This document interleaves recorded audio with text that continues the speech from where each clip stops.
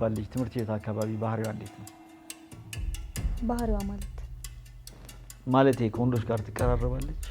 ከወንዶች ጋር ያላት ግንኙነት አብረዋት የሚውሉ ወንዶች ምናምን አሉ? አባዬ ስለሱ ጉዳይ ነግርሃለሁ ብዬ ግን አታምነኝም ብዬ ተውኩት። ግድ የለም ንገሪኝ። እኔ ልጅ ሁል ጊዜ አጠገባ ወንድ አታጣም። በተለይ ይሄ ሮቤል የሚባልሽ ከሷ ምን እንደሚፈልግ አላውቅም። ሌላ ሰሞኑን አብረዋት ሲያዩሽ ወንድ የለም? ያው ከሷ ስር ሁሌ መጥፋት የማይፈልጉ ወጣቶች ናቸው።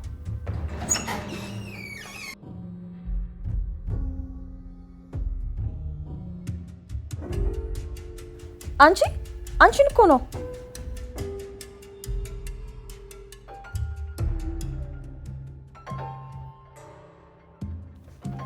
ህይወት እየጠራችሽ አይደለም? አቤት አይባልም?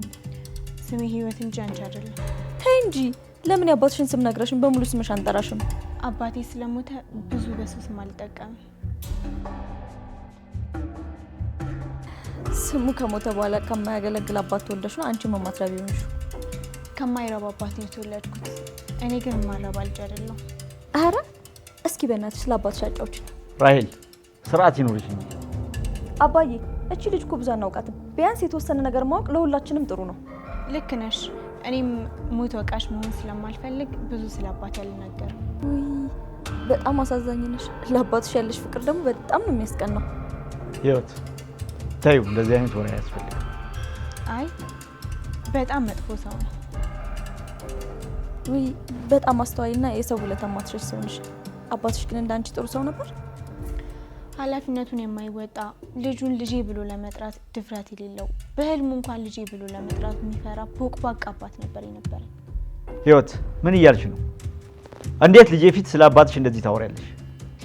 በጣም ይቅርታ። ለካ አባትና ልጅ ናችሁ። ምን? ጭራሽ አባትና ልጅ ናችሁ? በጣም እያበዛሽው ነው። እሺ ምኑን ያበዛሁት? በአባቴ ታሪክ ተመስጬ ስለነበር አባትና ልጅ እንደሆናችሁ ረሳሁ። ግን ምን ሆኖ ነው የሞተው? በህልሙ ሰው ወግቶት። አባዬ ሰማሃት? እንዴት ነው ሰው በህልሙ ተወግቶ የሚሞተው?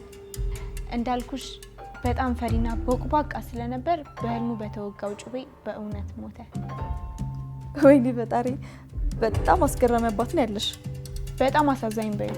ይኸውልሽ አንቺ ማለት ልጆች አባታቸውን እንዳያምኑና እንዲጠሉ የምታደርጊ መርዝ ነሽ። ስለዚህ ነገውኑ ይሄንን ቤት ለቀሽ ትወጫለሽ። እንዴ አባዬ ምን እያልክ ነው? እሷ እኮ ስለ ራሱ አባት ነው ያወራችሁ። በጭራሽ።